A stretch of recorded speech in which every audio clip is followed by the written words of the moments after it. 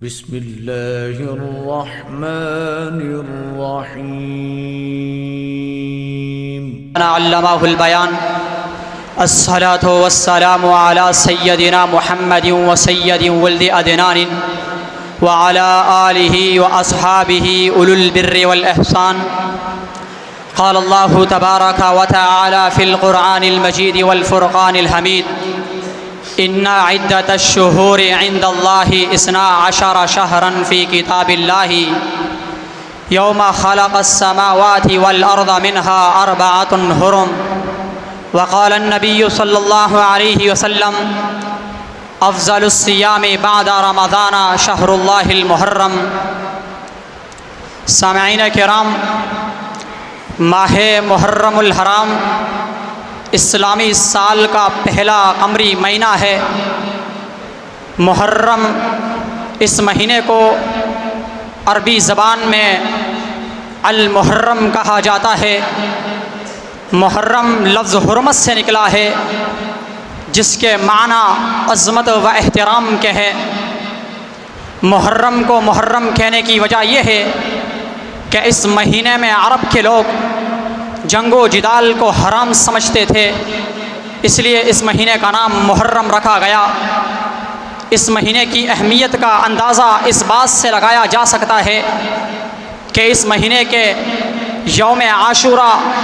تمام امتوں کے نزدیک مقدس ترین دن رہا ہے، اور یہی وجہ ہے کہ یہود بھی اس دن روزہ رکھا کرتے تھے، اور شریعت محمدیہ نے بھی اس کی اہمیت کو اجاگر کرتے ہوئے اس دن کے روزے کو مشروع ٹھہرایا، جیسا کہ صحیح مسلم میں موجود ہے۔ ابو ہریرہ رضی اللہ تعالی عنہ فرماتے ہیں کہ رسول اللہ صلی اللہ علیہ وسلم نے ارشاد فرمایا، افضل الصیام بعد رمضان شہر اللہ المحرم، افضل روزے رمضان کے بعد اللہ کے مہینے محرم میں رکھے۔ اسی طرح جب اہل کتاب کی مخالفت کا حکم نازل ہوا تو رسول اللہ صلی اللہ علیہ وسلم نے اعلان فرما دیا کہ اگر میں اگلے سال زندہ رہوں تو لأصومن التاسع، تو میں یہود کی مخالفت کرتے ہوئے اگلے سال میں 10 کے ساتھ 9 محرم کا بھی روزہ رکھوں گا۔ اگرچہ بعض روایات میں 9 محرم کے ساتھ 11 محرم کا ذکر ہے، لیکن وہ ثابت نہیں۔ عاشورہ کے متعلق رسول اللہ صلی اللہ علیہ وسلم کا فرمان، یکفر السنۃ الماضیہ، عاشورہ کا روزہ رکھنا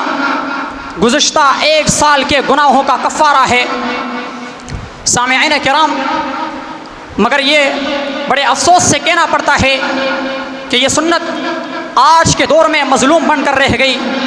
اور لوگوں نے متروکہ سنت کو چھوڑ کر بدعات کو ترجیح دی۔ شیعہ حضرات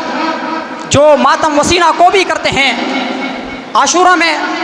شیعہ حضرات جو ماتم وسینہ کو بھی کرتے ہیں،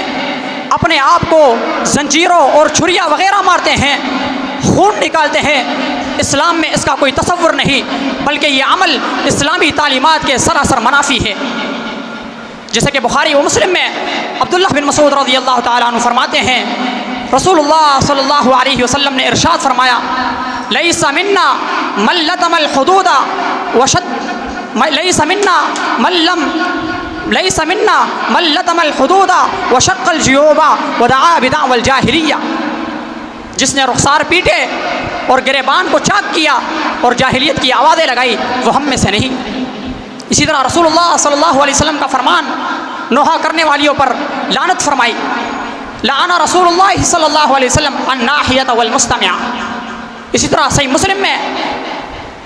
موجود ہے، نبی علیہ الصلوۃ والسلام کو خبر دی گئی کہ جعفر رضی اللہ تعالیٰ عنہ کی شہادت پر عورتیں رو رہی ہیں،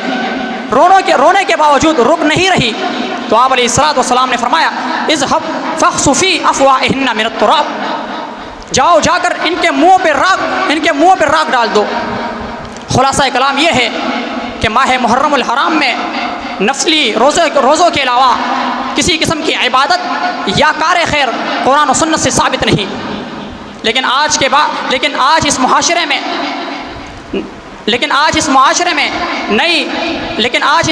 میں نت نئی بدعات نے رواج پا لیا، مثلاً شیعوں کی طرح واقعہ کربلا میں مبالغہ اور رنگ آمیزی کرنا۔ اللہ رب العالمین سے دعا ہے کہ وہ باری تعالی ہم سب کو اس پر عمل کرنے کی توفیق عطا فرمائے، آمین۔ وآخر دعوانا ان الحمد للہ رب العالمین۔